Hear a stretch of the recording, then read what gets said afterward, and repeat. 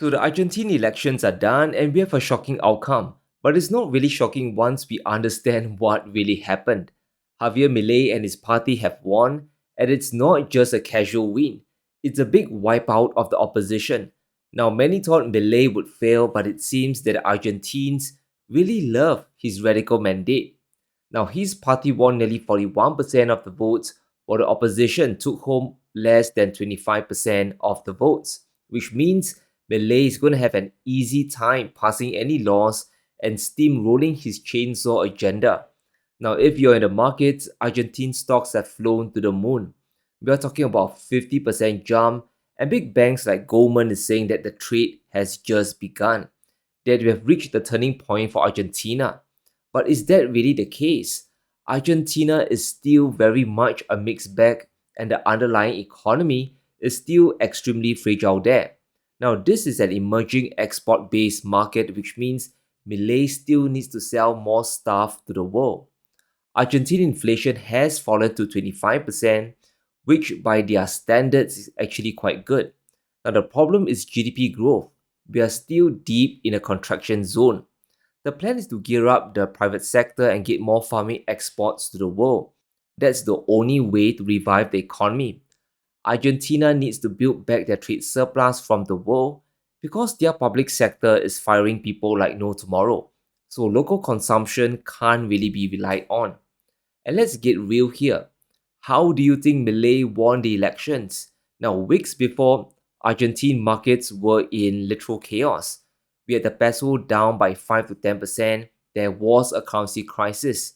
Argentine bonds were collapsing and the stock market was cratering. Everyone, every investor, they were getting their money out. But we all know what came next, the big bailout by Scott Bessent. Now that changed the game and will continue to shape Argentina for years to come. Milei is now trapped. And here's how much the Americans invested to prop up Milei. A $20 billion currency swap deal from the US Treasury itself, otherwise known as US taxpayer dollars. Bessent also went to the markets. He sold a ton of dollars to buy up $1 billion worth of Argentine pesos. Now that was the blatant currency rescue, plain and simple. Meanwhile, he's pledging another $20 billion from Wall Street banks, and it's money to finance Malay's economy and private industries. Argentina is now very beholden to the United States. We have discussed this before. Bessent always wanted to create a Fortress America as a bulwark against China. Not just Fortress North America, but Fortress South America as well. The US cannot compete with Chinese industrial exports. Every machine, cell phone, or EV China sends to Latin America is another step towards building influence. And obviously, the US wants to stop that. Now, Bessent has made this crystal clear in his latest interview, and this will be the game plan going forward to counter China. Kristen, it is America first because we are supporting a U.S. ally. There will be no taxpayer losses. This is a swap line. This is not a bailout. And it is from the Exchange Stabilization Fund, which Treasury, I control at Treasury. It has never registered a loss. It is not going to register a loss this time. We are supporting a U.S. ally in Latin America, and we want to set the tone in Latin America. So really realize what the Americans will continue to do. It's why Trump is signing a ton of resource deals in Southeast Asia this week. The US wants to use the dollar system to prop up allies, especially those in emerging markets where China has a strong presence. Bessent is making moves on the board. Now for Argentina, this averts a short-term crisis. Yes, the peso has up by 4%. Argentine dollar bonds have also rebounded from 50 cents to the dollar to 70 cents, which is a huge jump in any case. Investors will continue to lend dollars to Argentina because now there is the US backstop waiting in the wings. Malay's election win, thanks to US intervention, really confirms the unthinkable.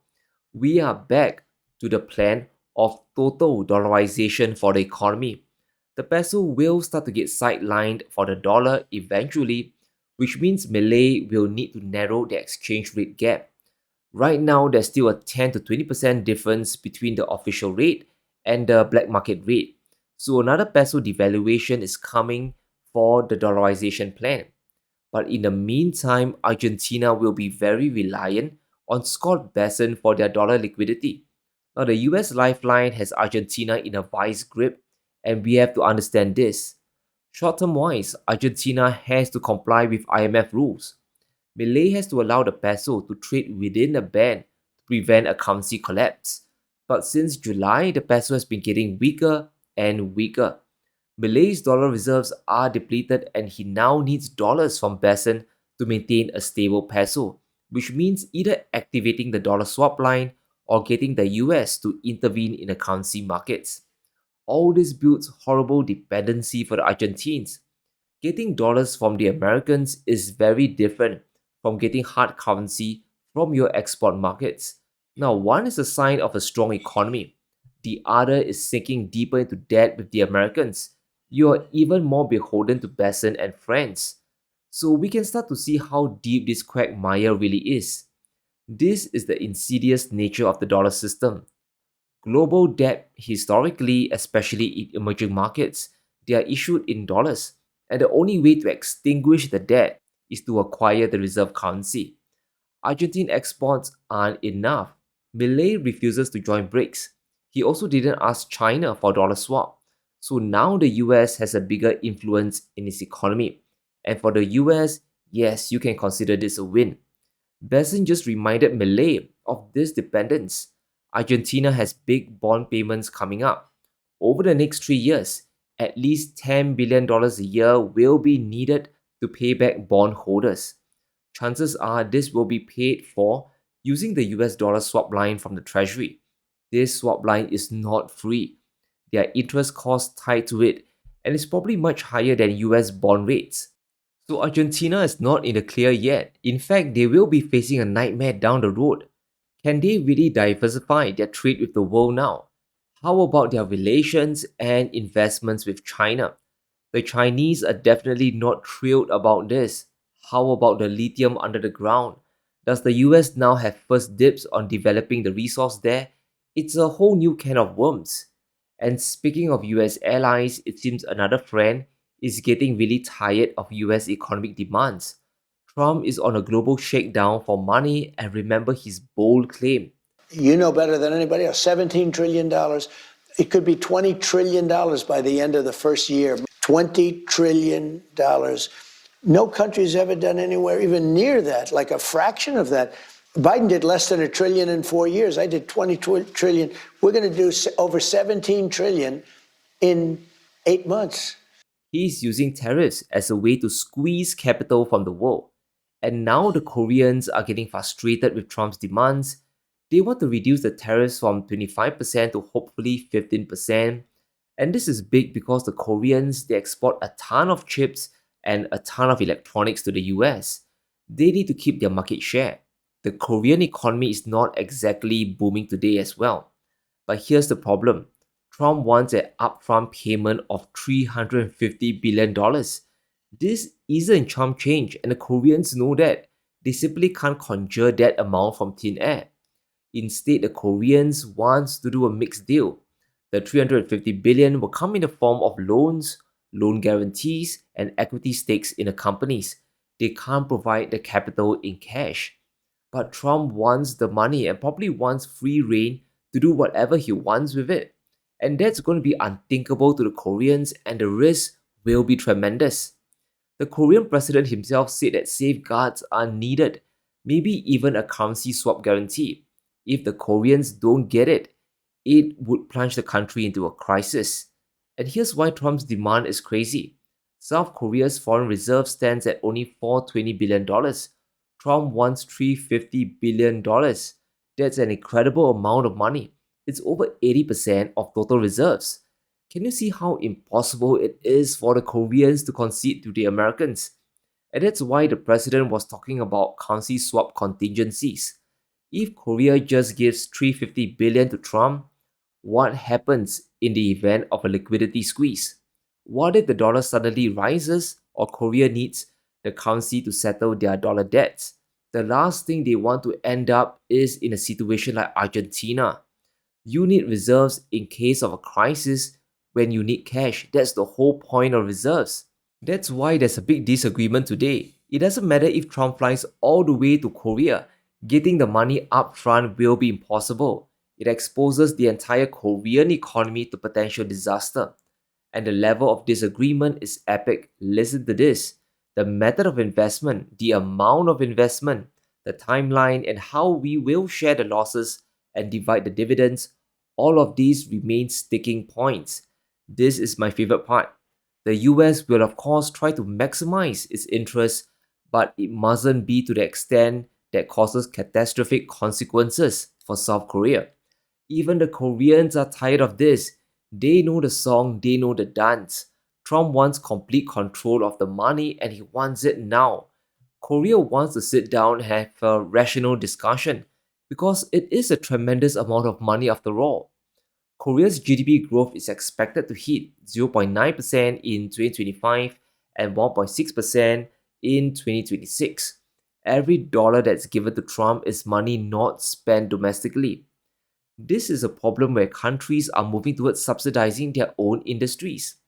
Japan, with the new prime minister, is going to inflate their economy again. Germany is doing the same. China is never going to stop their subsidies. So Korea has no choice but to play the same game as well.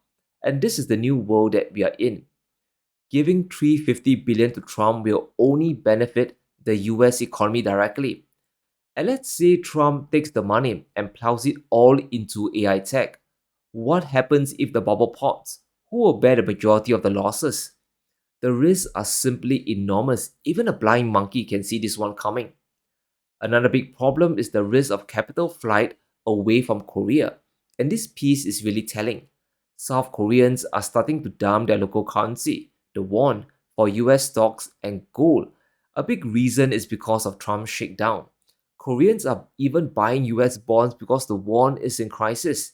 It has dropped by over 3% against the dollar over the past 3 months, and that's really saying something.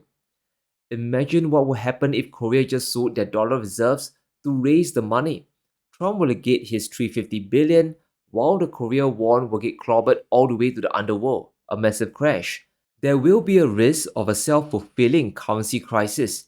Depleting your reserves during a trade war under a mercurial administration in Washington is just unthinkable. Trump's going to face incredible pushback from the Koreans. Chances are he will also face big pushback from the Japanese and other allies. The dance floor is burning and everyone is slowly making their way to the exits now. But let me know what you think. Is Argentina now beholden to the US? And can South Korea escape the 350 billion shakedown?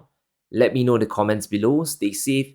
Be sure to smash the like button and subscribe as we navigate through this economic apocalypse.